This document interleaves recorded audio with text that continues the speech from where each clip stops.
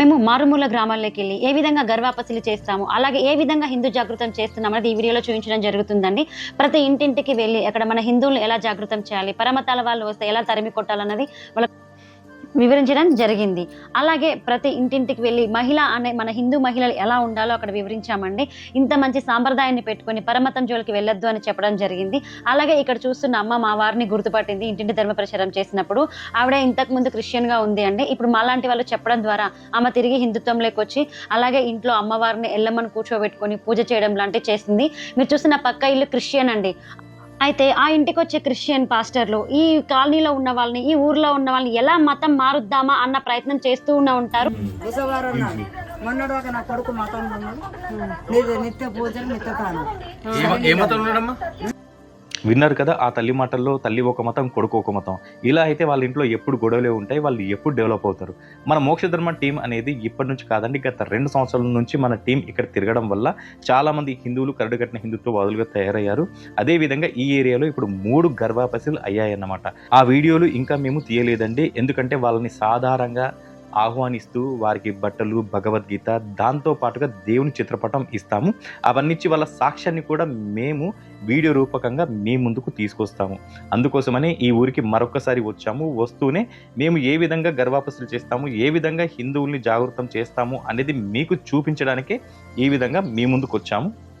ఇక మీదట ఈ ఏరియాలోకి ఏ పాస్టర్ అయినా మతం మార్చడానికి వస్తే ఖచ్చితంగా మోక్షధర్మ టీం అనేది ఒకటి ఉంది.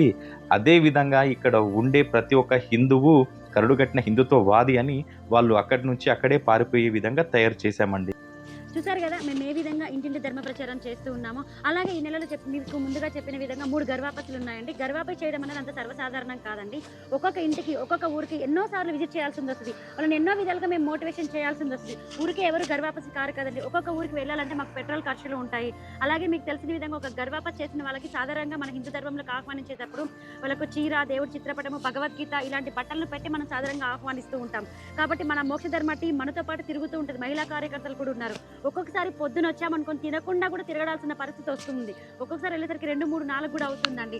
ఇలా ఎన్నో కార్యక్రమాలు మేము చేయాలి అనుకుంటే గ్రౌండ్ లెవెల్లో తిరుగుతూ ఉన్నాం. కాబట్టి మన మోక్షధర్మ టీంకు ఆర్థికంగా సపోర్ట్ చేయాలి. కాబట్టి ప్రతి ఒక్కరూ మన Mokshadharma Google pay, PhonePe number అండి, గుర్తుపెట్టుకోండి 7013868303.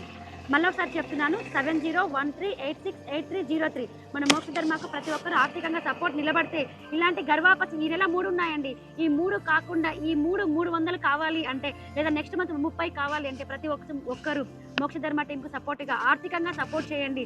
ఆలోచించండి. ఒక్కోసారి ప్రతి ఊరికి ఒక్కొక్కసారి 10 సార్లు వెళ్తాం. ఆ ఊరికి వెళ్ళాలంటే మన టీంకు మనకి ఖర్చులు ఉంటాయి. అలాగే మన కార్లో వెళ్తున్నాం కాబట్టి కార్లో వెహికల్ ఛార్జెస్, మనకి పెట్రోల్ ఖర్చులు కూడా ఉంటాయండి. మీలాంటి వాళ్ళు సహకరించినప్పుడు, మీలాంటి వాళ్ళు ఆర్థికంగా నిలబడినప్పుడు మన మోక్షధర్మ ఇంకా బలంగా తయారవుతుంది. ఇంకా ఎక్కువ మంది కార్యకర్తలను తీసుకొని ఇంకా ఎక్కువ గర్భాపసి చేయడానికి సహాయపడతారండి. కాబట్టి ప్రతి ఒక్కరూ మన మోక్షధర్మ టీంకు ఆర్థికంగా సపోర్ట్గా బలంగా నిలబడండి. జై శ్రీరామ్.